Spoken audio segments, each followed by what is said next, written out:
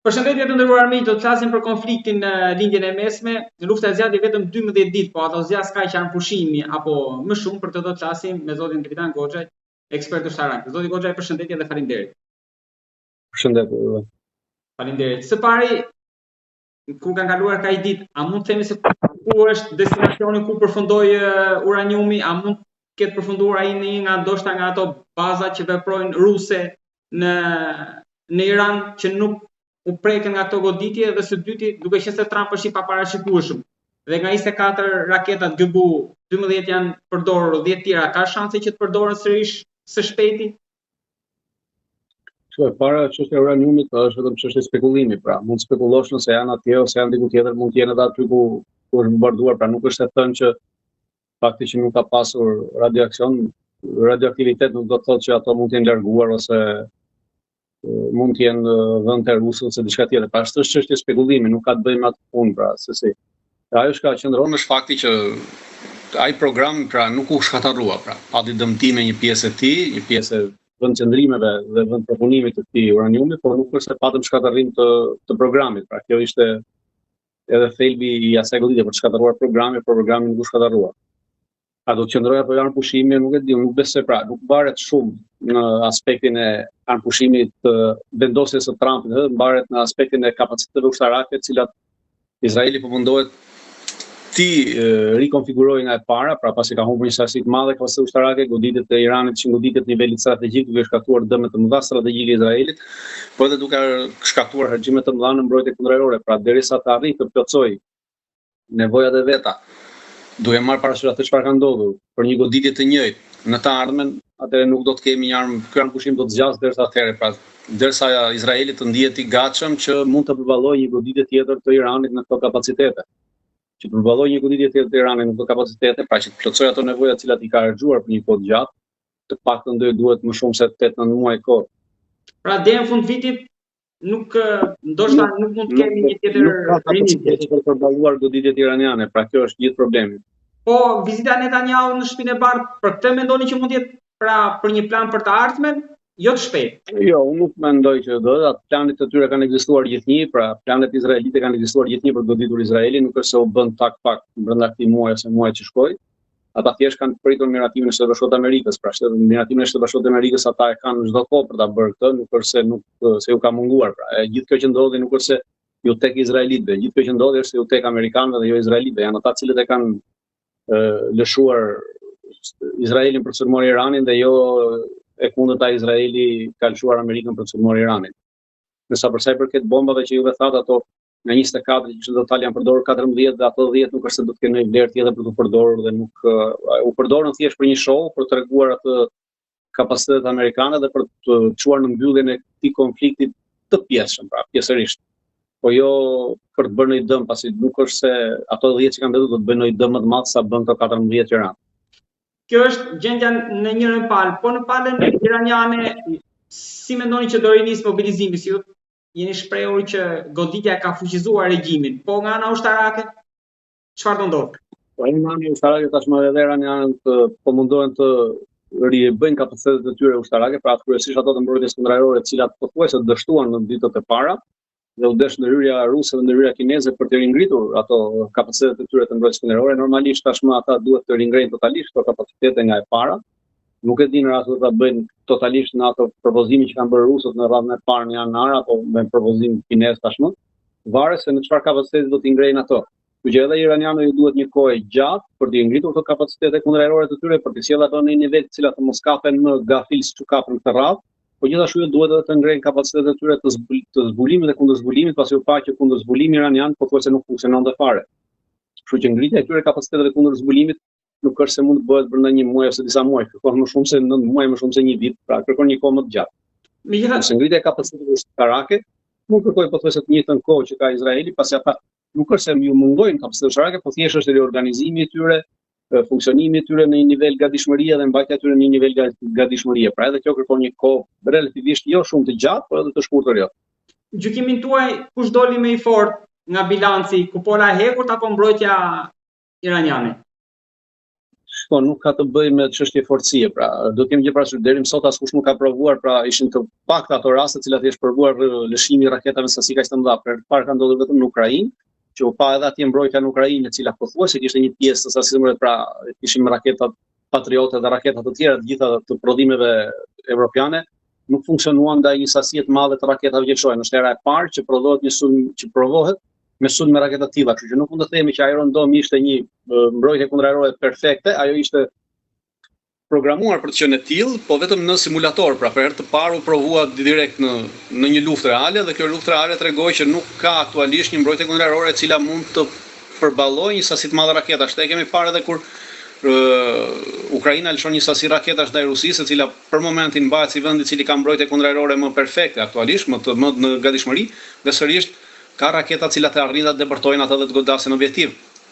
Pra varet nga sasia e raketave, nga mënyra se si hedh ato dhe çfarë tipesh raketash përdor. Kështu që nuk mund të themi që këta përfituan sepse ata pra nuk u ishte përdorur, u provua për herë të parë.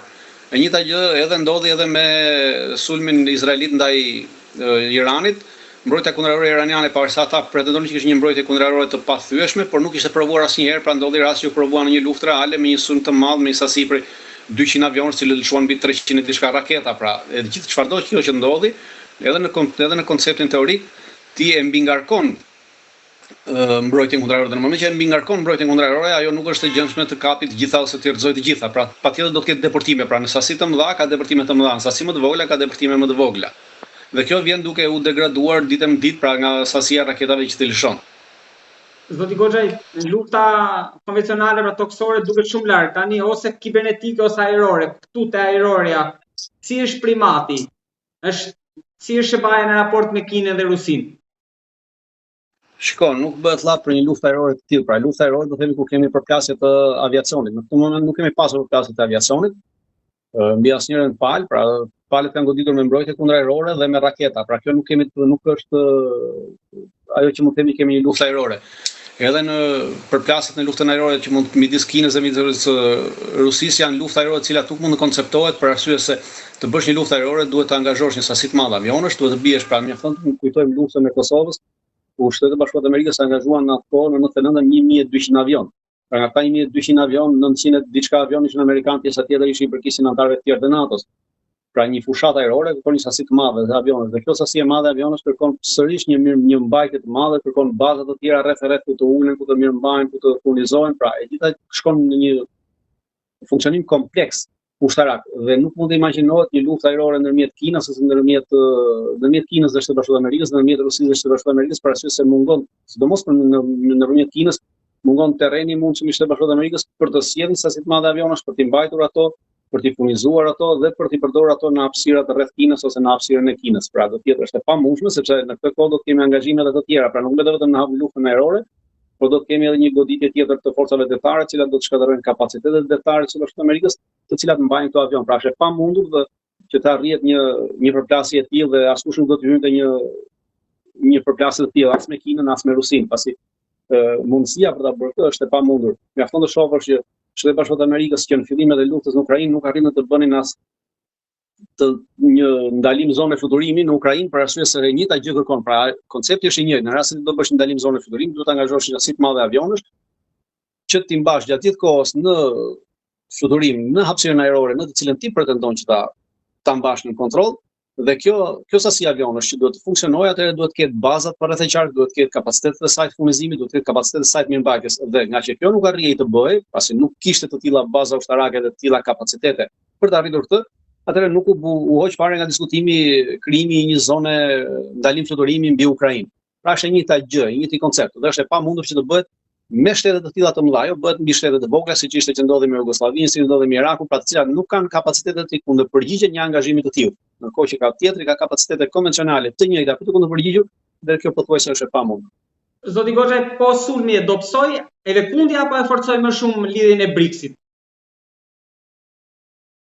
Nuk mendoj që sulmi ka pasur lidhje me BRICS-in, edhe nuk është se do të preket BRICS-i nga ky sulm. Pra, pasi Irani rezistoi si shtet, pra nuk është se u shpërbë ose ra qeveria. Në rast se do të kishim një rënë të qeverisë, iranianët edhe mund të themi që kjo mund ndikonte deri diku, po pavarësisht se Irani nuk është një nga themeluesit e BRICS-it, është një antar i BRICS-it, i pranuar së fundmi, pa vetëm 10 është pranuar antar me drejtat plota, po duke qenë antar me drejtat plota, kjo nuk është se ai është themeluesi i BRICS-it.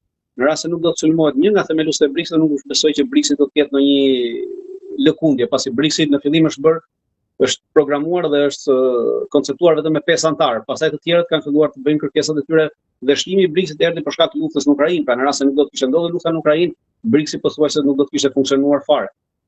Zoti Goxhaj, mendoni edhe ju si pjesë analizve që ndoshta e ka rradhën Turqia për ta goditur ose për të goditur? Jo, nuk besoj që të ndodhi gjë e tillë, nuk ka asnjë koncept, as teorik dhe as praktik që kjo të ndodhi dhe asnjë arsye. Por e para, Rusia është një vend i NATO-s dhe çdo kush do të godiste Rusinë atëherë automatikisht kjo do të Turqia, pra Turqia është një vend i NATO-s dhe çdo kush, pra në rast se bëhet llaf që Izraeli do dasë Turqinë, atëherë do të hynte Izraeli, pavarësisht se është një nga aleatët e NATO-s, nuk është antar i NATO-s. Dhe këtu është dallimi që duhet bërë. Pra në moment që ti godet një antar të NATO-s, pavarësisht se ti mund të jesh antar aleat i jashtëm i saj, automatikisht i ka shpallur luftë NATO-s, do kjo do të sjellë një problem të madh, jo për çështjen e Turqisë, por për çështjen e NATO-s, për arsye se NATO atëherë do të vendosë se çfarë do të bënte dhe ne aktualisht sot po diskutohet që me këtë luftë që po ndodh në Ukrainë, NATO pothuajse ka humbur vlerën e saj. Imagjinoni sikur nesër dikush të sulmonte një vend antar të NATO-s dhe vendet e tjera antar të NATO-s të mos i shkonin në ndihmë ose të krijonte një problem, një përçarje të madhe, atëherë kjo NATO do të shuaj fare dhe nuk do të ekzistonte më. Prandaj është jashtë çdo lloj koncepti dhe çdo lloj logjike që Izraeli të sulmojnë Turqinë nesër. Edhe diçka të fundit kam tek NATO-ja, qëriti shpenzimet për mbrojtjen, Rusia tha që do t'i ul, Europa pret të armatoset më shumë, kurse Trumpi sikur nuk i doli zot në Nenit 5. Ju si shikoni gjitha këto? Shiko, të mos i ngatarrojmë gjërat. Neni 5 funksionon normalisht, pra. Nuk do të thotë se Neni 5 është patjetër futja e aleancës në luftë në rast se ti sulmohesh. Pra ajo Neni 5 e përcakton qartësisht që vendet marrin vendim tek e tek. Pra vendimi i tyre është politik. Dhe derisa të merret ky mendim politik i vendeve tek e tek, kalojë në parlamentin e çdo vendeve për të ndërhyrë ushtarakisht apo jo, kjo merr një kohë të gjatë. Pasi vendimet politike nuk janë që bëhen tak fak ose bëhen nesër brenda ditës.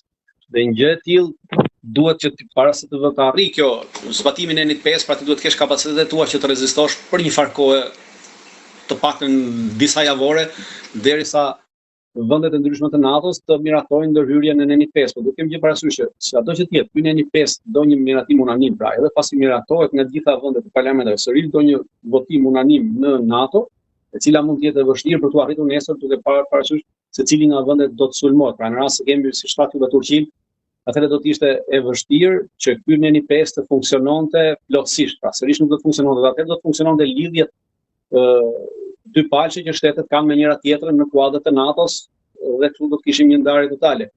Pra unë mendoj që Shtetet Bashkuara të Amerikës në raport me vendet e NATO-s të cilat nuk kanë kapacitet të mbrojtje, ekziston Neni 5. Pra në ato raporte në shtetet të cilat janë periferike, siç është Shqipëria, Serbia, siç është Shqipëria, Maqedonia, Mali, Zi, Bullgaria, pra në këtë aspekt funksionon shumë kollaj Neni 5 dhe nuk ka probleme.